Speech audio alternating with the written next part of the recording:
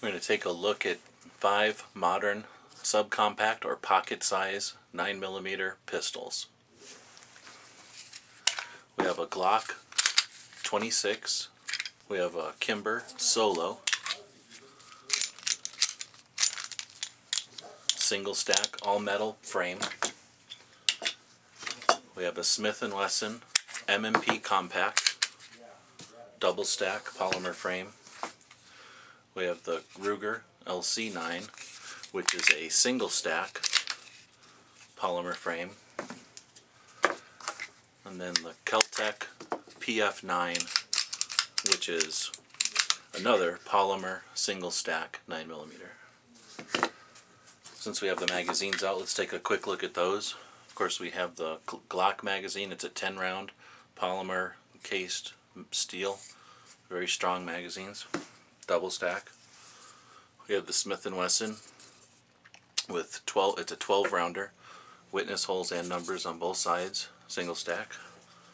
We have the Kimber, which is a 6-round, witness holes on both sides, numbers on just one.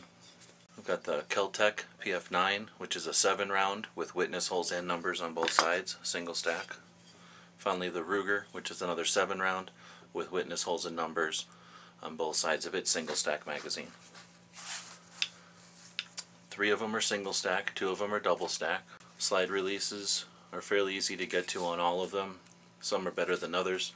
This Ruger, fairly stiff, made out of sheet metal, nice and smooth to the gun. Mag release is fairly easy to get to, and it is just on the right side. The safety, it does have an external safety, again sheet metal, little abusive on the knuckle, but easy enough to get to. KelTec slide release, again sheet metal, very slim to the pistol. Mag release, probably the least effective of all of them, however it's not ineffective.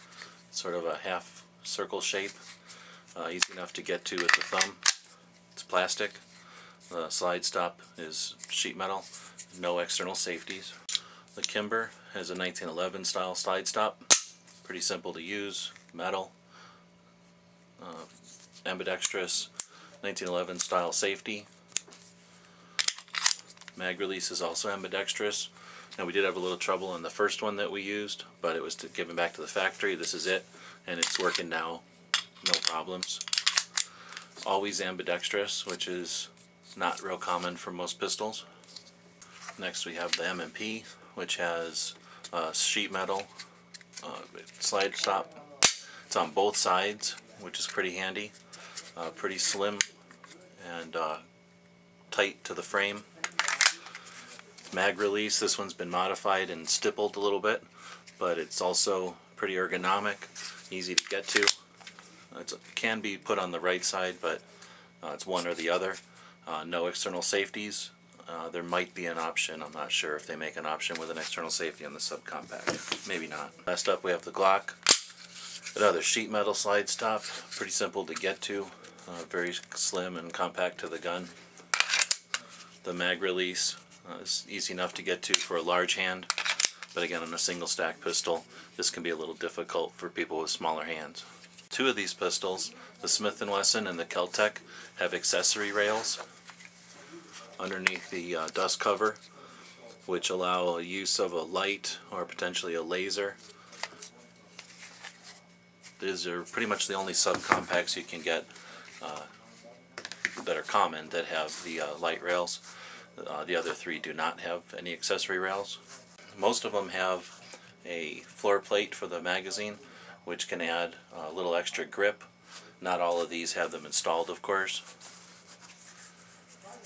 Holsters are readily available for most of these, since their outside dimensions aren't too dissimilar. Usually holsters designed for the Glock will work for the M&P and vice versa.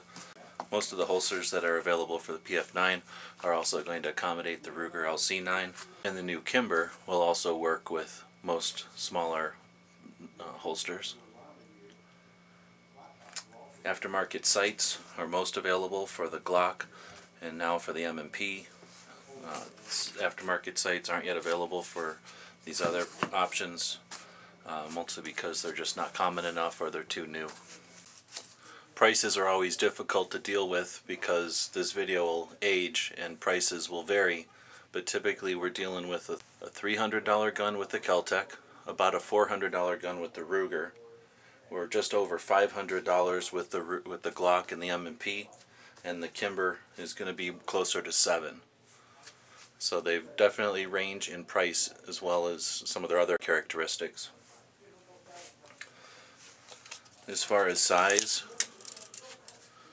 the largest one is the M&P at just under 7 inches long, and the shortest one is the Kimber Solo at just about 5.5 inches.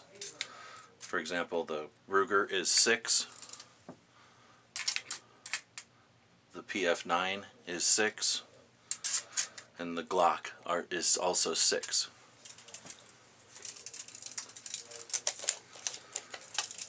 Grip size, the Glock is about a little over 4, the Kimber Solo is just under 4, the M&P is just almost 5, the Ruger is around 4.5, and the PF-9 is just under 5 inches. Of course, the 3 single stacks are the least wide, while the double stacks are a bit wider. But even the 2 widest here are not that drastically different, considering the capacity. 6 rounds plus 1, Glock is 10 plus 1, and the Smith & Wesson is 12 plus 1. There is a drastic difference in the size of the trigger guards. You can see the much larger M&P, quite a bit larger Ruger, even with the PF-9. Compact size means a little less room for a finger, especially with gloves.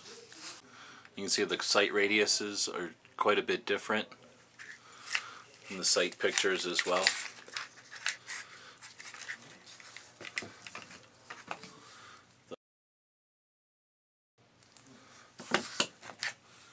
The Ruger, the PF-9,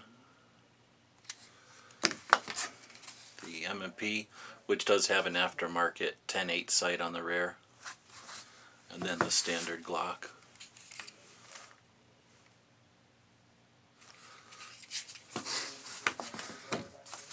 Next, let's take a look at their weights, starting with the smallest, probably the lightest.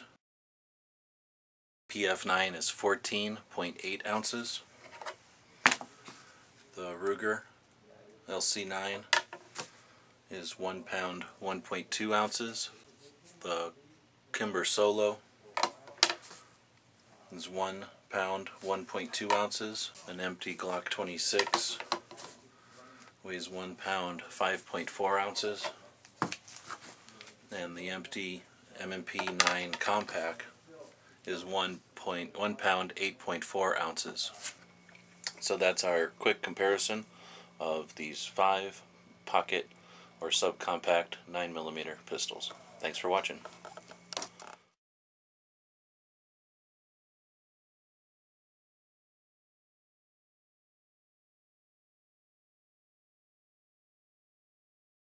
The guys and gals of GunWebsites.com encourage you to take a CCW class every year, practice at least once a month, and carry every day. Thanks for watching GunWebsites.com.